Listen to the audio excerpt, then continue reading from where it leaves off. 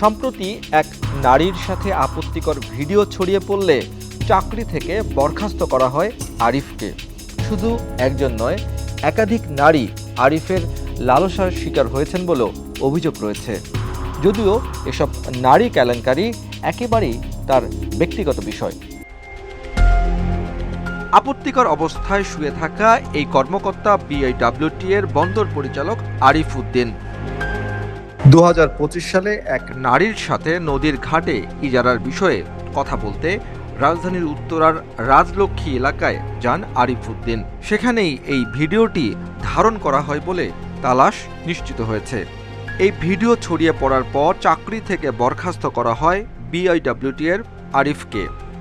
এর বাইরেও লাকি আক্তার সাথী নামের এক নারী অভিযোগ করেছেন বিআইডব্লিউটি এর পরিচালক আরিফ তাকে বিয়ে করার প্রলোভন দেখিয়ে রাজধানী সহ বিভিন্ন রিসোর্টে নিয়ে গিয়েছেন। বিয়ের প্রস্তাব দেয়, পরে আমি এই ক্ষেত্রে যাইতে চাই না, যেহেতু আমি বিবাহিত ছিলাম। তারপরে ওনার সাথে অনেক কথা হওয়ার পরে উনি আমার বিয়ের প্রস্তাব দেওয়ার পরে নানান জায়গায় আমার নেওয়া হয়েছে। আর ওর সাথে এরকম করে চলতে হবে যে তোর কাছে আমার ভিডিও গুলো আছে।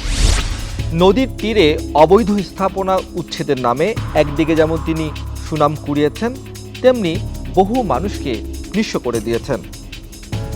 অভিযোগ আরও রয়েছে, বিপুল অঙ্কের টাকার বিনিময়ে প্রভাবশালীদের পক্ষে উচ্ছেদ অভিযান পরিচালনা এবং বাস্তবায়নে মুখ্য ভূমিকা পালন করতেন এই আরিফ।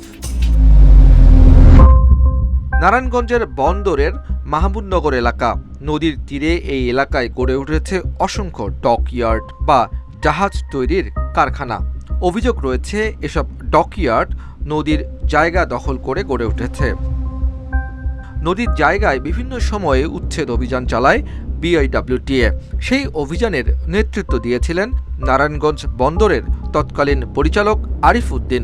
2016 সালের এই অভিযানে নদীর তীর উচ্ছেদ হলেও সেই একই স্থানে বসানো হয় কর্ণফুলী শিপ বিল্ডার্স লিমিটেডকে। তারাও নদীর জায়গা দখল করে কার্যক্রম পরিচালনা করছে। সেই ঘটনায় ক্ষতিগ্রস্তদের তালিকায় রয়েছে আলিনা ডকইয়ার্ড। এসব বিষয়ে খোঁজখবর নিতে মাহমুদনগরে টিম তালাশ।